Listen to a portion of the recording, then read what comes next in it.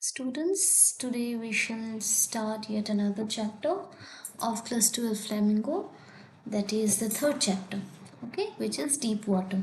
Now, before we dive deep into the text of the chapter, that is the lesson, let me just ask you some of very basic question, that think about some of your fears, okay, that you have faced or your friends have faced. Now see, this is an undeniable fact that we all have phobia in our lives. What is the meaning of phobia? Phobia means extreme fear. Okay, now if I ask you this question, most most of you will say that you have some kind of fear or phobia in your life. Some might say fear of injections, some might say fear of height, fear of dogs, fear of losing. Even there is fear of death, fear of talking. There are very unusual fears that people face, right?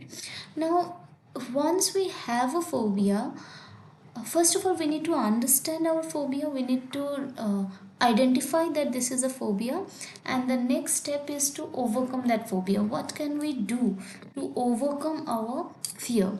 Because we cannot be fearful of that thing or of that activity, okay, throughout our life. We have to overcome it, right?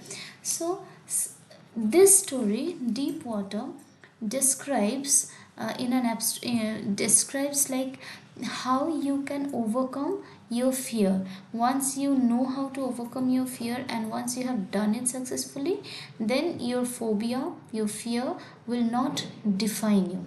All right, now here in the story, let me just go through it. See, these are some of the popular fears. Now, you people might have might have these: fear of drowning, fear of public speaking. This is a very common fear for students. Okay, fear of being in the limelight, fear of being in the spotlight.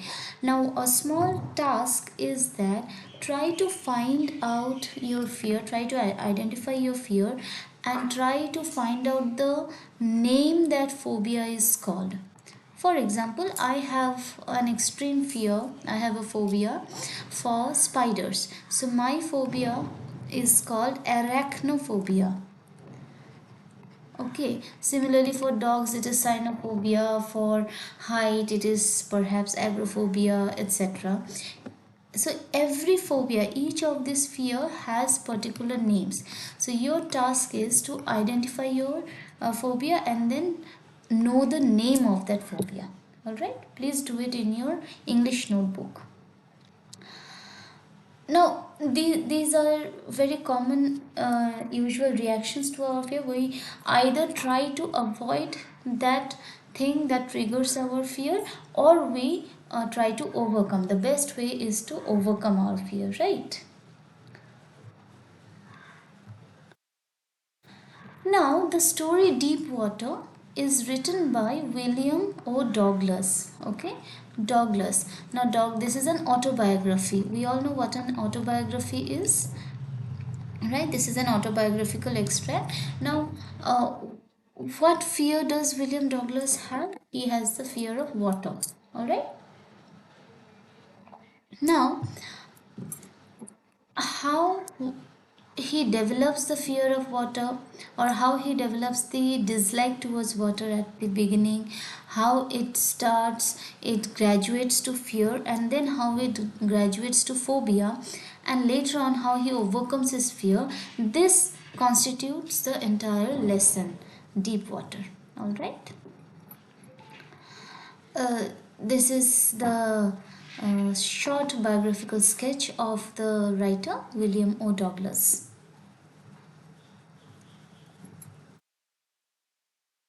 Now let us quickly, in a nutshell, know about the story of this. Okay, what is here? Now, please pay attention to this, to the story in nutshell. Now, when the writer is 3 or 4 years old, he was taken to California beach. All right, he was taken to California beach, where the waves knocked him down. All right, where the waves knocked him down, and he was frightened. He was very much frightened and terrified by the overpowering force of the waves. Now we all can imagine a small child who is just 3 or 4 years old, right? So for that child, the waves are very dominating, very overpowering. So once what happened, his father had taken him to the California beach, and the waves knocked him down, that is, he fell down. Okay, and he was buried in the water. He got frightened, of course, because he is a very small child. However, the reaction of the father was just the opposite. The father was laughing, right? Because for an adult it's nothing. So from there began his aversion towards water. Aversion means dislike. Okay, so please note this thing: he did not develop a fear or phobia at that moment. Okay, he did not have a phobia. He has an aversion. He did not like water because of that incident. All right, now since he had an aversion, he wanted to overcome that. Okay, aversion was gradually growing into fear, and he wanted to overcome his fear. How would he overcome his fear of water? By learning how to swim. Now for swimming, he had two options: either a swimming pool or the Yakima River. Now Yakima River is a very treacherous river. Yakima River is a very treacherous river. What is the meaning of treacherous? Treacherous means something that deceives you very quickly. Okay, it is like it can, it can, you will not know what will happen the next moment, what the river might do the next moment.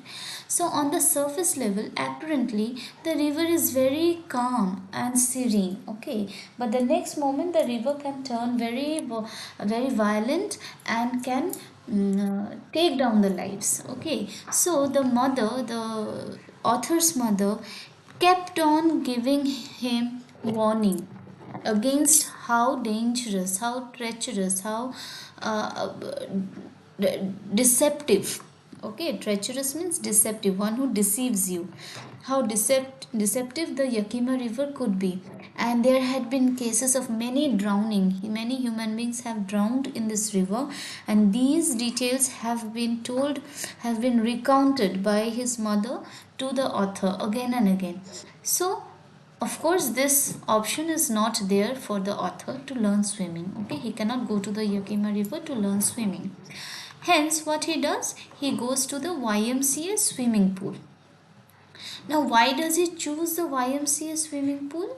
Because I hope all of you have seen swimming pool, right? Now this swimming pool, YMCA swimming pool, had a very is very safe place for learning how to swim. Why? Because it has a shallow end. The shallow end is 2 or 3 feet deep. Okay, and the deeper part was 9 feet deep. All right, and this slope was very gradual, it is not sudden. So you can say that this one is the shallow end.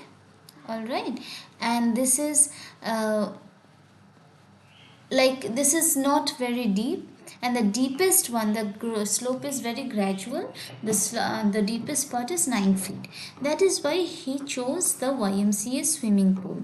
Now when he went inside the YMCA swimming pool, it brought back his unpleasant memories. Which memories? The childish fear.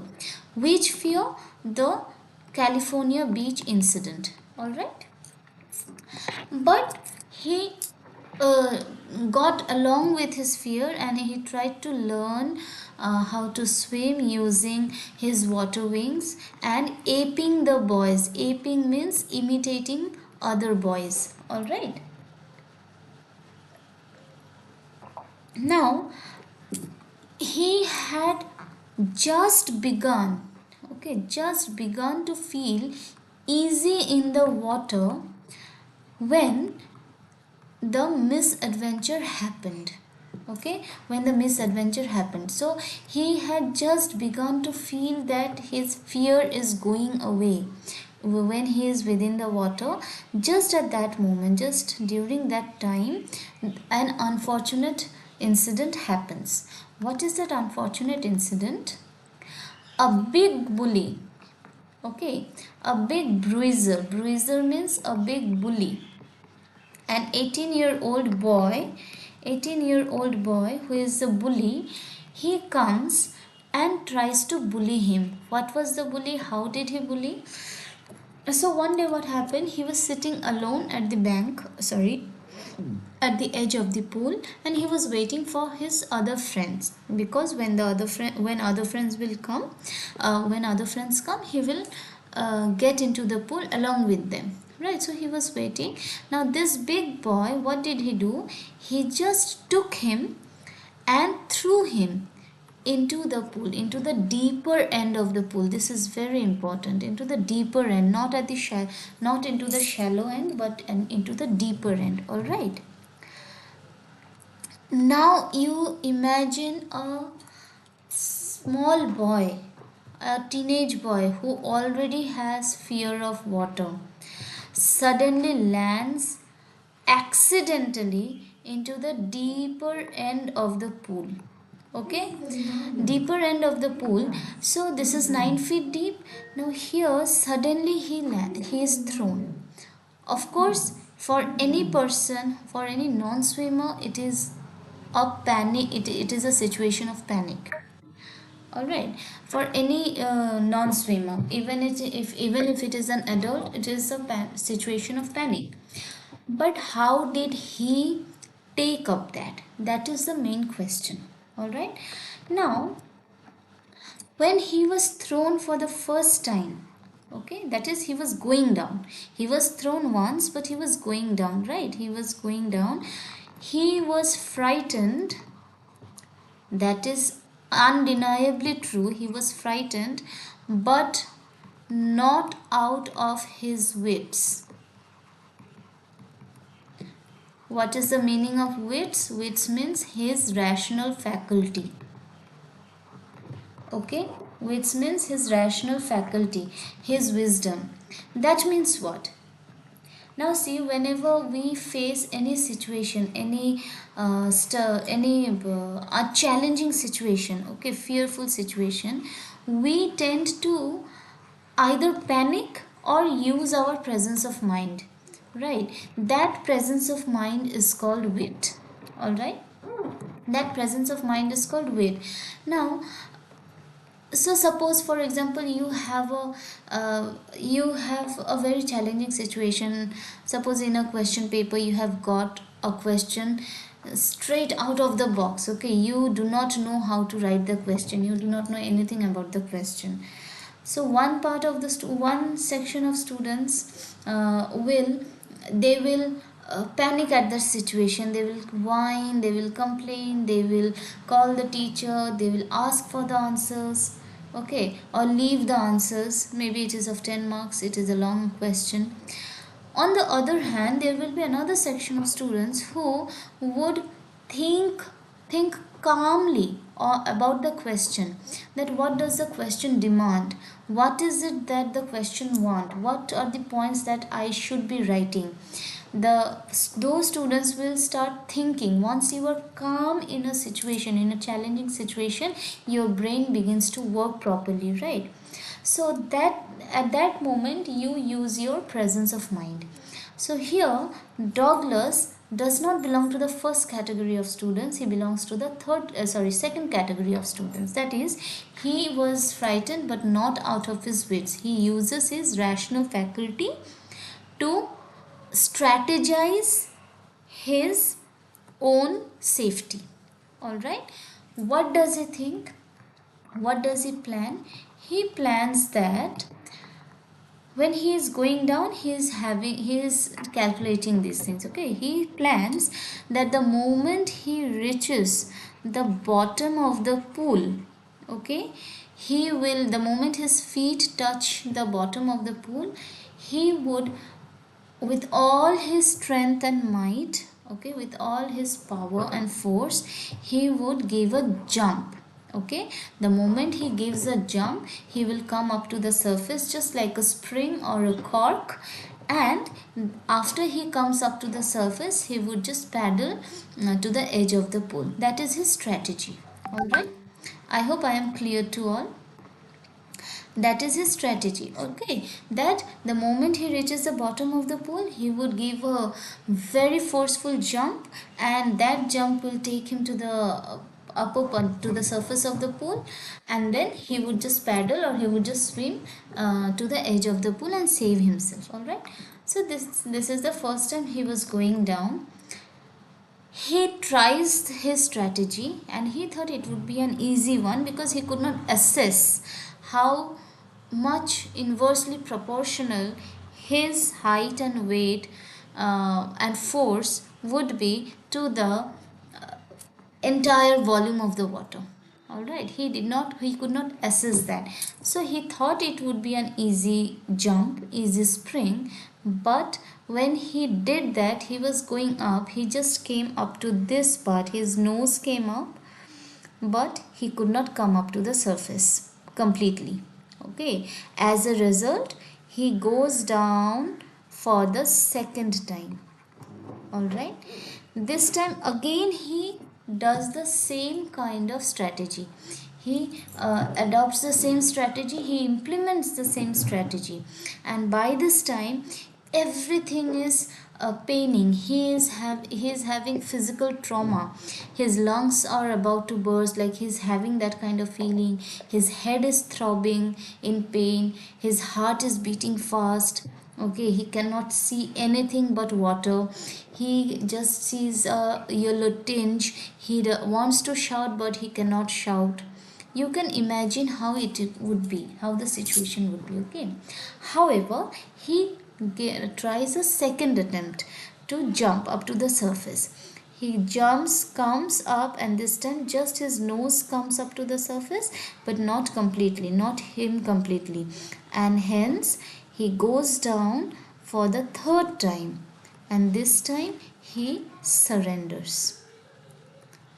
All right, he surrenders and almost died. How is the description given in the text? The description is very interesting. He says the curtain of life, the curtain, this metaphor is very impactful. The curtain of life fell. Okay, and he crossed into oblivion. Oblivion means forgetfulness. Forgetfulness. All right, let us see how the description of the description of the panic is given in a very graphical way. Okay, it is a very vivid description. See, let's read it together. When Douglas went down the water with a yellow glow, when Douglas went down the water with a yellow glow, it was a nightmarish experience. So it was a nightmare for him. Although frightened, he thought of a trick to come up to the surface but could not execute it successfully. He panicked and felt suffocated by the water. His sense perceptions gave way. Gave way means was surrendering. They were surrendering. Okay. His heart pounded loudly, his limbs became paralyzed with fear, his mind became dizzy, and his lungs ached as he gulped water while making desperate attempts to come out of the water.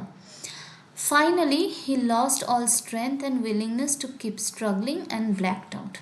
All right, let's continue.